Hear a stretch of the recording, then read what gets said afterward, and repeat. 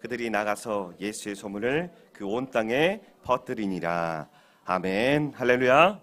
오늘 하루 우리 주님 주신 그 믿음 가지고 말씀과 찬양으로 시작되어지고 마무리되어지고 또 가득 넘치는 그런 하루 되시기를 간절히 축복합니다. 아멘. 오래전에 존이라 불리운 어떤 한 아이가 있었습니다. 그리고 존이 10살쯤 되던 해에 할머니로부터 크리스마스가 되면 우표 앨범을 꼭 보내주겠다 하는 그 약속을 받게 됩니다.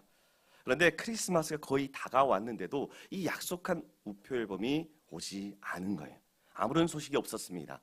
결국 시간이 흘러 크리스마스가 되자 친구들이 존의 집에 놀러 오게 되었는데, 놀러 온 친구들이 그 존의 크리스마스 선물을 구경하기를 원했습니다. 그러자 존은 선물을 하나씩 보여주며 올려주면서 친구들에게 이렇게 말을 합니다.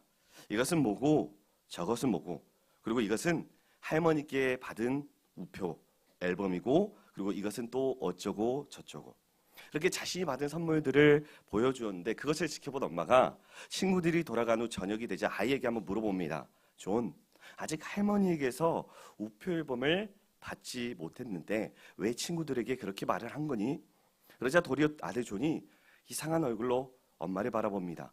엄마, 할머니가 나에게 우표 앨범을 주신다고 했으니까 저는 이미 받은 것과 같아요. 아들 존의 대답에 엄마는 순간 더 이상 아무 말도 할 수가 없었답니다. 할머니를 향한 그 아이의 신뢰와 그 믿음을 방해하는 그 어떤 말과 행동도 할 수가 없었던 거죠. 그런데 문제는 그로부터 무려 1개월이 지나도 여전히 할머니로부터 아무런 소식이 없었습니다. 그러자 엄마는 아이가 혹 실망하거나 서운하거나 상처받았을까 봐 아이를 위로하기 위해서 이렇게 말을 합니다. 존, 할머니께서 너에게 약속한 것을 깜빡하셨나 봐. 그랬더니 존은 이렇게 단호하게 말을 합니다. 엄마, 그렇지 않아요. 우리 할머니가 잊어버리시다나요. 저랑 약속 꼭 지키실 거예요. 존의 엄마는 그렇게 아들을 그런 모습을 사랑스럽게 바라보면서 말을 이어갑니다.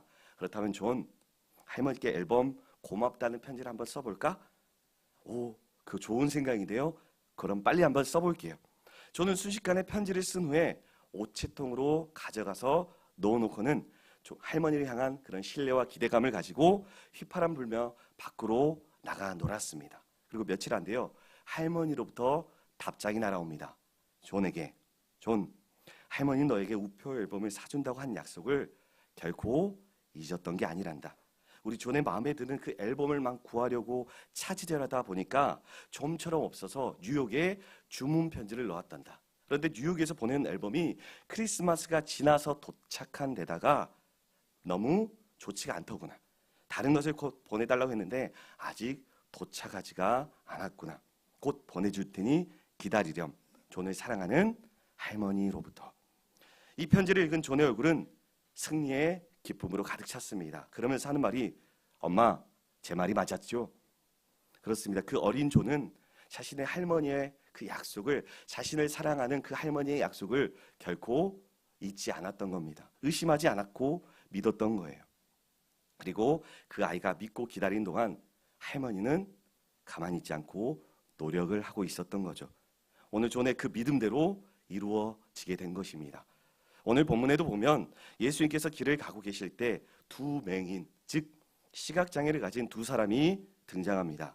그런데 지금 그 두 사람이 예수님을 따라오며 소리를 지르고 있습니다. 뭐라고 소리를 지릅니까? 27절, 다윗의 자손이여 우리를 불쌍히 여기소서. 그렇습니다. 그 두 사람은 자신의 상처와 그 어려움을 빨리 해결받기 위해서 예수님을 간절히 기다려왔고 또 보자마자 외쳐 부른 겁니다. 그런데 당황스러운 것은 우리 예수님이 그들에 대해서 대꾸 한마디조차도 하지 아니하셨던 겁니다. 그저 가시던 길을 계속 가시고 맙니다. 그런데 더 당황스러운 일은 그들이 그렇게 무시를 당했음에도 예수님을 여전히 계속 부르며 따라오고 부르짖는다는 거예요. 여러분 한번 그들의 입장에서 이 장면 한번 느껴보십시오. 앞이 보이지 않는 시각장애를 가지고 있던 두 사람이 그런 예수님을 따라가기가 얼마나 심적으로 자존심도 상하고 힘들고 어렵고 힘겨웠을까요? 그럼에도 그들은 포기하지 않고 따라가는 모습을 보입니다. 이번에는 그들을 바라보는 군중들 입장에서 한번 느껴보십시오. 그들이 하는 모습을 보니 부르짖으며 따라오는데 하다못해 예수님이 어떤 한 집에 들어가시는데도 기어코 그 집까지 따라 들어가서 소리를 지르고 있습니다. 여러분, 사실 이건 진짜 경우 없는 모습 아닙니까? 그리고 다른 한편으로 예수님의 모습도 너무 실망스럽고 여러모로 너무 눈살이 좀 찌푸려집니다. 여러분, 사실 예수님 하면 무엇이 떠오르십니까? 사랑 아닙니까? 따뜻하게 나의 어떤 모습이든 부족한 모습이든 따뜻하게 안아주시는 그 품 아닙니까? 그렇게 우리는 예수님은 우리를 특별히 약하고 외면받는 자들을 불쌍히 여기시고 함께 하시는 분, 결코 외면치 아니하시는 분으로 우리가 알고 있는데, 그런데 예수님 지금 모습을 보니 저 불쌍한 사람들을 무시하시다니 도저히 이해가 안 가는 모습입니다. 그리고 저 두 시각장애인들은 도대체 왜 이렇게까지 하는 건지, 왜 질척거리는 것처럼 보이는 그런 모습인 건지. 물론 어느 정도 이해는 가지만 그만큼 거절의 표현을 그렇게 했다면 상식적으로 좀 알아서 돌아가야지. 무리하게 남의 집까지 따라 들어오다니, 그러면서 또 계속 부르짖다니, 지금 이게 뭔가? 여러분, 만약 여기에서 우리가 이 상황에 대해서, 예수님에 대해서 내 멋대로 그냥 내 판단대로 판단하고 돌아선다면 두 시각장애인은 그저 자기밖에 모르는 그저 무례한 사람이 될 뿐이고, 예수님은 그저 인정사정 없는 세상 사람과 별반 다를 거 없는 분처럼 보일 뿐입니다. 그런데 문제는 이게 오늘날 현대인들의 주소라는 거예요. 그렇게 우리는 내 눈에 보이는 부분만 보고 싶은만 보이는, 그렇게 보면서 예수님을 내 멋대로 재단할 때가 있습니다. 여기까지만 봅니다. 성경도 성경의 인물들도 제 멋대로 재단합니다. 인본주의가 판을 치고 자기 복음이 판을 칩니다. 그래서 당시 어떻게든 예수님에 대해 트집을 잡으려던 바리새인과 서기관 같은 그런 같은 자들과 마찬가지로 오늘 소위 좀 배우고 안다는 자들이, 또 자기가 좀 배우고 좀 알고 똑똑하다는 자들이, 많은 대중들이 오늘날 예수님을 함부로 해석하고 말을 합니다. 여러분들은 어떠하십니까? 여러분들 자신의 모습은 어떠하십니까? 부디 우리는 늘 말씀 앞에 겸손함이 있기를 소망합니다. 겸손한 성찰이 있기를 소망합니다. 우리는 언제나 예수님을 전적 신뢰함으로써 확실한 믿음 가운데 기대하고 기다리길 소망합니다. 그리고 그리하면 반드시 그 믿음대로 이루어질 줄로 믿습니다. 반드시 그 믿음에 응답하실 줄로 믿습니다. 그 응답의 주님을 이 시간 만나기를 축복합니다. 아멘. 그렇습니다. 오늘 본문에서도 예수님이 그들에게 응답하십니다. 28절입니다. 내가 능히 이 일을 할 줄을 믿느냐. 그러자 그 두 사람이 기다렸다는 듯이 한 목소리로 대답을 하죠. 주여, 그러합니다. 그리고 그 대답을 들은 예수님께서 29절에 보니까 그들의 눈을 만지시면서 말씀하죠. 뭐라고 하십니까? 너희 믿음대로 되라. 그러자 30절을 보십시오. 그들의 그 눈들이 밝아진지라. 그렇습니다. 예수님의 그 말씀과 함께, 그 만지심과 함께 눈이 떠지는 놀라운 일이 일어난 겁니다. 분명 그들의 믿음대로, 그들의 믿음의 고백대로 눈이 떠지는 놀라운 역사가 일어났던 것입니다. 할렐루야. 우리에게도 놀라운 일이 있을 줄 믿습니다.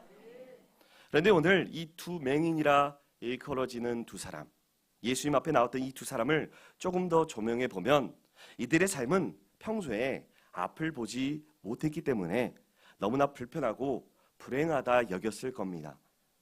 자신이 저주받은 인생이라 여겼을 겁니다. 그렇습니다. 이 두 사람에게는 앞을 볼 수 없다는 이 크나큰 불행을, 이 문제를 가지고 있었던 겁니다.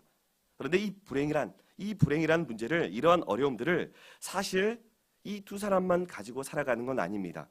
사람이라면 누구라도 문제를 가지고 있습니다. 여러분도 그렇지 않습니까? 어떤 정도의 차이만 있을 뿐 사실 문제가 없는 사람은 없습니다. 누구나 들여다보면 다들 불행의 문제, 어려움의 문제를 가지고 가슴을 치고 울고 힘들어하고 있습니다. 그래서 우리도 이 본문을 보게 되면 이 두 사람 당시 가지고 있던 이 장애나 환경이나 남들의 시선과 대우를 보면서 그들이 불행했을 것이다, 그들은 힘겨웠을 것이다, 그것이 장애가 되고 문제가 되었을 것이라고 우리는 생각을 합니다. 그런데 우리 예수님께서 우리가 이렇게 불행이라고 문제라고 느끼고 보는 것들을 불행의 문제로 보지 아니하셨다는 것이 오늘 너무 중요합니다. 그렇다면 여러분, 우리 예수님은 무엇을 보셨을까요? 그렇습니다. 우리 예수님은 언제나 믿음을 보셨습니다. 그래서 믿음이 없는 것을 언제나 문제로 보셨어요. 믿음이 없거나 믿음이 적은 것을 문제로 보셨지 어떤 불행한 환경을 문제로 보신 적이 없다는 것입니다.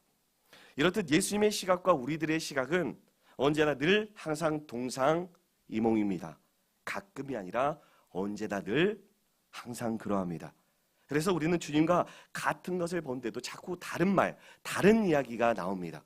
그래서 그 과정도 결과도 늘 다르죠. 우리는 늘 시선과 방향이 어디에 있습니까? 이 세상, 이 땅에 있기 때문에 불행한 환경을, 불행한 조건들을 그런 일이 생기면 문제로 보고 배우지 못한 것, 물질, 돈이 없는 것, 배경이 없는 것, 건강이 없는 것, 우리 인생에 그런 것들이 크나큰 문제라 걸림돌이라 여기며 살아갑니다. 그런데 우리 예수님은 어떠하십니까? 언제나 우리 주님의 시선이 저 하늘에 하나님께 있기 때문에 언제나 이 믿음만을 문제로 보셨습니다. 그래서 오늘 성경에서 두 맹인이라 불리는 이 두 사람들이 다윗의 자손이 우리를 불쌍히 여겨주소서라고 소리를 지르면서 따라옴에도 불구하고 우리 예수님은 그들에게 이토록 민망할 정도로 전혀 대꾸조차 하지 않으신 이유가 우리가 보는 것과 달랐고 우리가 생각하는 것과 다른 이유가 있었던 것이죠. 그리고 그것을 오늘 말씀은 그들의 믿음을 보시기 위함이었음을 밝힙니다. 여러분, 그렇다는 것은 오늘날 우리들의 삶에서도 주님께 열심히 부르짖어 간구하고 있음에도 불구하고 그렇게 오랜 시간 정성을 쏟아부었음에도 불구하고 오늘 본문처럼 우리 주님이 나에게 전혀 대꾸하지 않는 것, 그런 상황이 주어진다면, 응답이 전혀 없는 이유가 있다면 오늘 말씀에서 한번 찾아볼 수가 있을 것 같습니다. 그렇습니다. 그것은 바로 우리의 믿음을 시험해보고 계시는 겁니다. 우리가 바른 믿음, 건강한 믿음, 참된 믿음을 가지고 있는지를 시험해보고 계셨던 것입니다. 오늘 본문의 이전 장인 마태복음 8장에도 보면 우리가 잘 아는 광풍 사건이 나옵니다. 이때 제자들은 배를 덮칠 것 같은 그 상황, 그 광풍을 그들에게 닥쳐오는 큰 문제로 보았습니다. 그곳의 바람과 풍랑이 그들에게는 문제로 보인 거죠.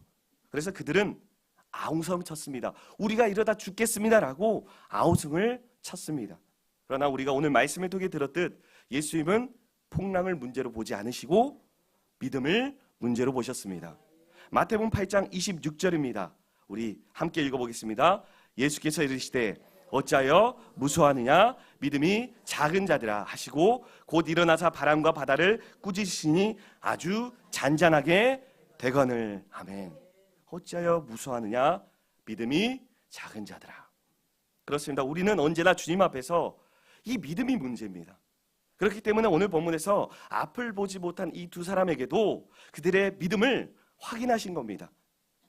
그리고 만약 그들이 주님을 향한 믿음이 없었다면 그들은 평생 여전히 그 불행한 삶을 살아야 했을 거예요. 그런데 오늘 본문에서 우리 주님은 그들의 믿음에 대해 한 번만 확인하지 않으십니다. 모르셔서 확인하지 않으신 게 아니라 확인하시기 위해서 테스트를 하신 거예요. 그 두 사람을 그렇게 매몰차게 모른 척 믿음을 시험해 보셨음에도 또다시 믿음을 확인하고 계시는 예수님을 봅니다. 28절 볼까요? 내가 능히 이 일을 할 줄을 믿느냐. 그렇습니다. 우리 주님은 언제나 믿음을 시험해 보시는 분이시고 또다시 믿음을 확인해 보시는 분이십니다. 그러고 나서 주님은 29절에 보면은 너희 믿음대로 되라 하십니다. 성도 여러분, 우리들도 믿음대로 되어질 줄을 믿습니다. 그러니 우리 모두 이 놀라운 믿음을 소유한 자답게 믿음의 능력으로 살아가길 축복합니다. 그런데 여러분, 방금 우리 주님께서 하신 말씀 너희 믿음대로 되라, 이 말씀 어떤 의미인지 구체적으로 아십니까? 정말 놀라운 사실인데요, 우리에게 주시는 하나님의 축복의 그 양을 하나님이 정하신 것이 아니라 우리의 믿음이 정한다는 그 의미가 담겨 있습니다. 아마 지금까지 우리가 기도할 때, 우리가 기도하면 하나님이 우리의 그 요구를 딱 들으시고 하나님께서 그 뜻하신 대로 마음대로 나누어 주시는 분으로 그렇게 생각하는 분들이 많으실 겁니다. 또는 우리의 필요와 형편에 맞게 주시는 분으로 그렇게 생각하시는 분들도 많으실 거예요. 물론 그렇습니다. 그 말은 성경적 가르침이 맞습니다. 그러나 오늘 본문에서는 그와는 또 다른 가르침을 주고 계십니다. 축복과 은혜는 우리의 믿음대로 받는다는 거예요. 믿음은 우리 능력으로 하는 게 아니라 하나님이 주실 것이기 때문입니다. 여러분, 주님께 간구한다는 것은요, 주님께 기도한다는 것은요, 사실 아무나 하는 게 아니죠. 그것은 이미 믿음이 있는 사람만이 할 수가 있습니다. 하나님이 내 말에 그 기도에 귀를 기울이고 계시고 있다는 이 믿음이 있는 사람만이 기도할 수가 있습니다. 그렇습니다. 그러하기에 하나님의 축복의 양은 하나님이 정하신 것이 아니라 우리의 믿음이 정할 수 있다라는 것이 됩니다. 쉽게 이야기하면 이런 뜻입니다. 여기 쌀이 준비되어 있는데 내가 그릇을 준비해온 것만큼 가지고 가라 라는 뜻이 됩니다. 우리가 하나님의 은혜는 무한대이지만 우리가 소유한 믿음의 그릇대로 담아가게 되는 것이죠. 그래서 어떻게 보면 우리가 은혜를 받고 은혜를 못 받고는, 우리가 축복을 받고 못 받고는 어찌 보면 우리의 믿음에 달려있다는 말이 됩니다. 그렇습니다. 은혜를 받고 못 받고 축복을 받고 못 받고는 나의 믿음에 달려 있습니다. 주님이 우리의 믿음을 달아보시기 때문입니다. 그래서 늘 우리의 믿음을 시험해 보십니다. 우리의 믿음을 늘 확인해 보십니다. 주님이 주시는 이 은혜와 축복을 주시기 위해서 이것을 감당할 수 있는 믿음이 있는가를 늘 시험하고 확인해 보시죠. 그렇기 때문에 우리는 현재 자신의 믿음에 대해서 심각하고도 진지한 성찰이 필요합니다. 나의 삶이, 우리의 삶이, 우리의 가족이, 우리나라가, 우리의 이웃들이, 그리고 모든 것들의 그 죽음 이후까지 나의 믿음, 우리의 믿음에 달려있기 때문입니다. 여러분, 믿음이란 마치 자동차 타이어 튜브 속에 공기와도 같죠. 아무리 값비싼 고급 튜브라 할지라도, 아무리 비싼 차라 할지라도 이 타이어에 공기를 주입하지 않는다면 타이어로서, 자동차로서 쓸 수가 없습니다. 반드시 적당량의 공기를 주입해야만 합니다. 예수님을 믿는 사람도 마찬가지로 제 아무리 좋은 조건을 가진 사람이 할지라도 이 믿음이 없으면 결국 아무것도 되는 일이 없으며 아무것도 아닙니다. 그래서 믿음의 사람에게 믿음처럼 중요한 것이 없죠. 그러니 우리가 반드시 믿음을 가져야 하는데, 이 믿음을 갖되 어떤 믿음을 가져야 할까요? 큰 믿음을 가져야 합니다. 어떤 환난과 시련 속에서도 주님을 신뢰하는 믿음, 주님을 언제나 바라보는 큰 믿음이 있어야 합니다. 오늘 이 두 맹인이라 일컬어지는 이 두 사람과 같은 큰 믿음을 우리도 가져야만 합니다. 그래서 우리는 오늘 본문의 이 두 사람이 어떤 믿음을 가졌는가를 한번 살펴보고자 합니다. 왜냐하면 앞서 말씀드린 대로 우리도 이런 큰 믿음이 필요하기 때문입니다. 첫 번째로 자신을 아는 믿음이 필요합니다. 여러분, 시각장애를 가지고 있던 이 두 사람이 예수님을 따라오면서 무엇이라고 소리를 질렀죠? 그렇습니다. 다윗의 자손이여 우리를 불쌍히 여기소서라고 소리를 질렀습니다. 우리를 불쌍히 여겨달라고 했습니다. 나를 불쌍히 여겨달라는 거예요. 앞을 볼 수 없는 자신들을 불쌍히 여겨달라는 겁니다. 그렇습니다. 이 두 사람들은 무엇보다 자기 자신들이 어떤 처지에 있었는지를 잘 알았던 사람들입니다. 대부분 자기 자신의 처지에 맞게 구하지 않는 경우가 많습니다. 자존심 때문에, 어떤 입장 때문에, 어떤 상황 때문에 있는 그대로를 고백하지 못하고 인정하지 못하는 경우가 많아요. 그런데 이 두 사람들은 자기 자신을 아는 믿음을 가지고 고백하며 소리쳤습니다. 그렇습니다. 이 두 사람은 무엇보다 자기 자신들의 어떤 처지에 있었는지를 잘 알았던 사람들입니다. 한마디로 자신에 대한 성찰이 되어 있는 자들입니다. 나는 불쌍하고 가련하고 비참하고 약한 자라는 것입니다. 이들은 그렇게 자기의 약함을 너무도 아는 자들이었어요. 그렇습니다. 나 자신을 아는 것은 이처럼 너무 중요합니다. 왜냐하면 이 믿음이 내가 누구인가를 바로 아는 데서부터 시작하기 때문입니다. 그래서 영안의 눈이 열리면, 이 믿음의 눈이 열리면 제일 먼저 자기 자신을 보게 되는데, 그러면서 뭘 시작합니까? 회개를 시작하죠. 눈물을 펑펑 흘리면서 내가 얼마나 죄인인지를 깨닫게 됩니다. 반대로 영안의 눈이 열리지 않으면, 믿음의 눈이 열리지 않으면 자기 자신을 절대 모릅니다. 자기 자신이 죄인인 것도 절대 모릅니다. 자신이 영적 소경인 것을 결코 모릅니다. 그러기에 결국 자신이 용서를 받아야 할 죄인 것을 알지를 못합니다. 그러다 보니 십자가의 필요성도 느끼질 못합니다. 십자가 없으면, 주님의 보혈이 없으면, 자신의 죄를 용서받지 못하면 결국 천국에 이를 수 없다는 그 사실을 모르고 있습니다. 이건 너무나 안타까운 일이 되는 겁니다. 여러분, 정말 그렇지 않습니까? 온 우주를 말씀으로 창조하신 광대하신 우리 하나님을 발견하면 내 자신이 먼지만도 못하다는 것을 발견할 수밖에 없습니다. 거룩하신 하나님 만나면 나는 참으로 벌레만도 못하는 것을 깨달을 수밖에 없습니다. 그래서 이것을 깨달은 사람은 십자가의 필요성을 너무 절실하게 깨닫습니다. 성경 속에 나오는 인물들을 한번 떠올려 보십시오. 하나님께서 쓰신 사람들은 다 자신이 누구인가를 너무나 잘 알고 있었습니다. 자신이 철저하게 연약하다는 것, 자신이 철저하게 죄인이라는 것을 깨달은 사람들입니다. 하나님의 도우심이 없으면, 하나님이 함께 하시지 않으면 살 수가 없다는 것을 분명히 아는 자들이었어요.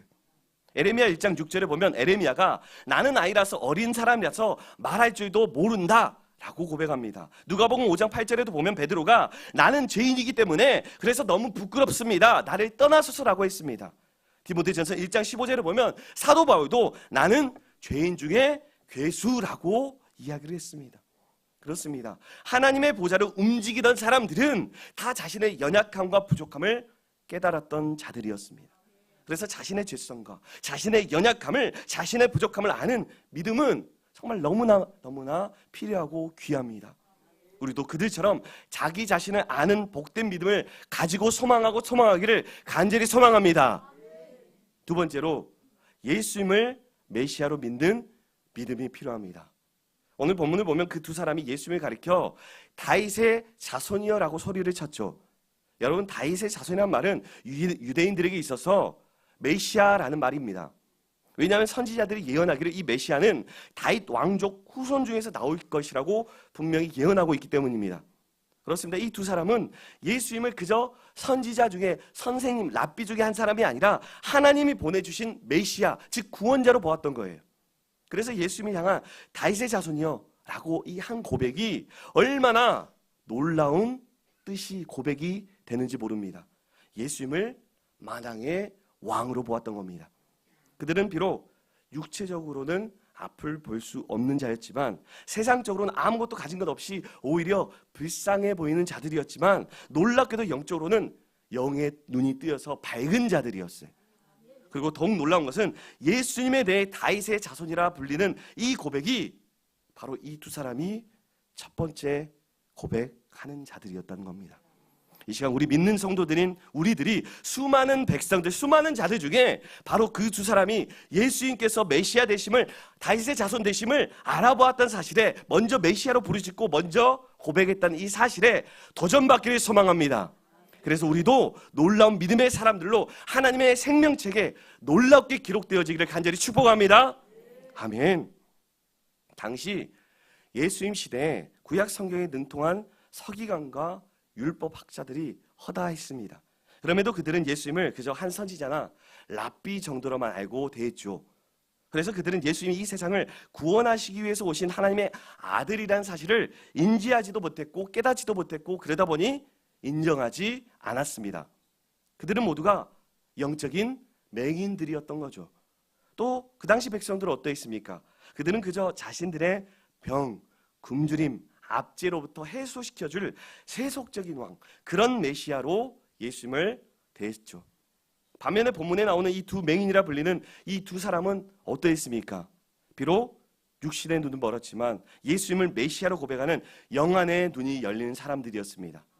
그러하게 이 두 사람은 다윗의 자손이여 우리를 불쌍히 여겨 주옵소서라고 자신 있게 소리 지르고 또 지르고 따라가며 부르짖고 있던 것입니다.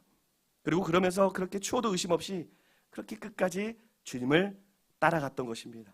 심지어 그 남의 집까지 쫓아갑니다. 그들은 결코 포기할 수가 없었던 거예요. 예수님을 포기할 수 없었던 겁니다. 그렇습니다. 주님을 메시아로 믿는 믿음은 어떤 어려움과 환경에서도 포기하지 않고 주님을 따르고 붙잡는 것입니다. 상황 보고 남의 눈치 보고 그렇게 한 게 아니라 눈치 보지 않고 끝까지 주님을 따르는 것, 주님이 먼저인 것, 그저 끝까지 주님만 바라보며 따라가는 것입니다. 우리 모두 그렇게 주님만 먼저 바라보며 따라가길 축복합니다. 그런데 여러분, 사람들이 신앙생활을 하다가 왜 중간에 작심삼일 포기하는지 아십니까? 물론 우리의 기지도 있지만 답은 한 가지입니다. 예수님을 인격적으로 만나지 못했기 때문이에요. 예수님을 인격적으로 만나지 못했기 때문에 예수님이 누구신가를 제대로 알지를 못해요.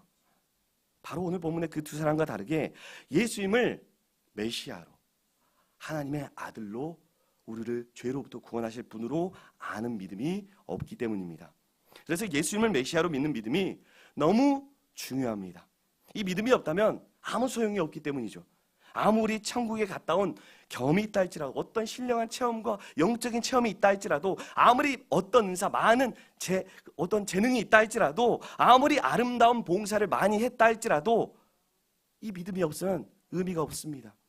그렇습니다. 천사들이 흠모할 만한 영광스러운 직분을 받았다 할지라도, 돈과 명예가, 권위가 가득 넘치더라도 이 믿음이 없다면 아무 소용이 없습니다. 오직 예수님을 메시아로, 나의 구원자로 믿는 믿음, 이 믿음이 중요한 줄 믿고 꼭 붙드시기를 간절히 소망합니다. 그렇습니다. 오늘 본문의 그 두 사람이 바로 이 믿음이 있는데, 어떻게 주님을 따르는 것을 그 눈치 보면서, 내 입장 생각하면서, 남들 눈치 보면서, 상황 봐가면서 따를 수가 있겠습니까? 어떻게 주님 따르는 것을 중단하겠습니까? 어떻게 주님을 향해 부르짖는 것을 포기할 수가 있단 말입니까? 예수님을 메시아로 믿는 믿음, 이 믿음을 가진 사람처럼 복된 믿음이 없습니다. 우리 모두가 이 믿음을 소유하길 축복합니다. 세 번째로, 예수님이 내 문제를 해결할 수 있다는 믿음이 필요합니다. 여러분, 우리 예수님께서 오늘 본문에 그 두 사람에게 물어보았던 것이 무엇이었습니까? 세상적 지혜와 지식이었습니까? 아닙니다. 아니었죠. 예수님 그 두 사람에게 내가 능히 이 일을 할 줄을 믿느냐? 라고 물으셨습니다. 우리 예수님 물어보신 것은 오직 그들이 믿음이 있는지를 물어보고 확인하신 겁니다. 그래서 그 두 사람이 무엇이라 했습니까? 주여, 그러하옵니다. 내 주님께서 능히 하실 줄 믿습니다. 여러분도 그리 대답하시겠습니까? 아멘. 그렇습니다. 이 두 사람은 예수님이 반드시 내 문제를 해결할 수 있다는 이 믿음을 가지고 있었습니다. 사람은 할 수 없어도 메시아 대신 예수님, 우리 주님은 반드시 할 수 있다는 이 믿음을 분명히 이들은 가지고 있었습니다. 우리 주님은 전지전능하신 하나님의 아들이시기, 우리 주님은 온 우주를 창조하신 창조자이시기, 우리 주님 우리의 눈과 입과 귀와 코, 몸을 만드신 분이시기에 보지 못하는 자의 눈도 반드시 뜨게 하실 것임을 여러분도 간절하게 확실하게 믿으시길 소망합니다. 말씀을 정리하겠습니다.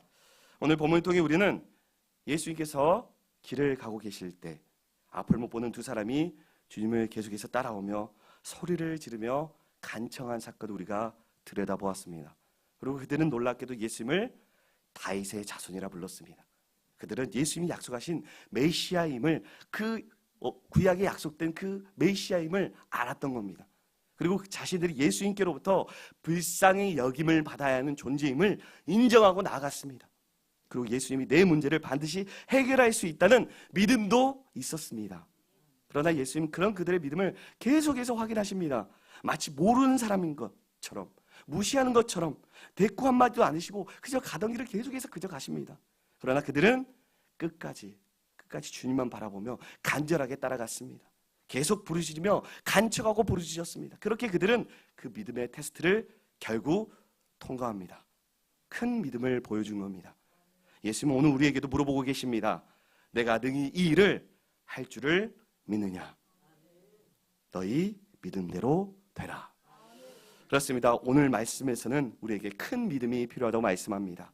놀랍게도 하나님께서 준비해 주신 축복은, 우리에게 주실 축복은 하나님이 정하신 것이 아니라 우리의 믿음이 정한다고까지 우리에게 말씀하고 있습니다.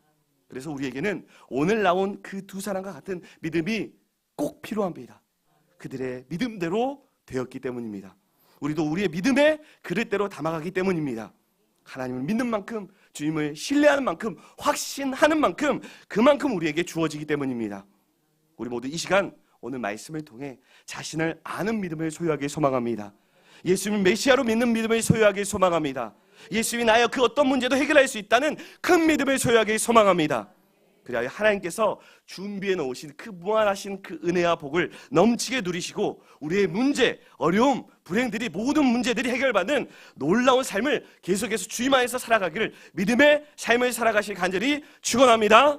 아멘. 이 시간 함께 찬양과 기도의 시간을 갖겠습니다. 오늘 말씀에서는 우리에게 말씀합니다. 너희 믿음대로 되라. 그리고 그 믿음에 대해 오늘 본문은 우리에게 이렇게 말씀했습니다. 자신을 아는 믿음을 가지라. 예수님을 메시아로 믿는 믿음을 가지라. 예수님만이 내 문제를 해결하신다는 큰 믿음을 가져라.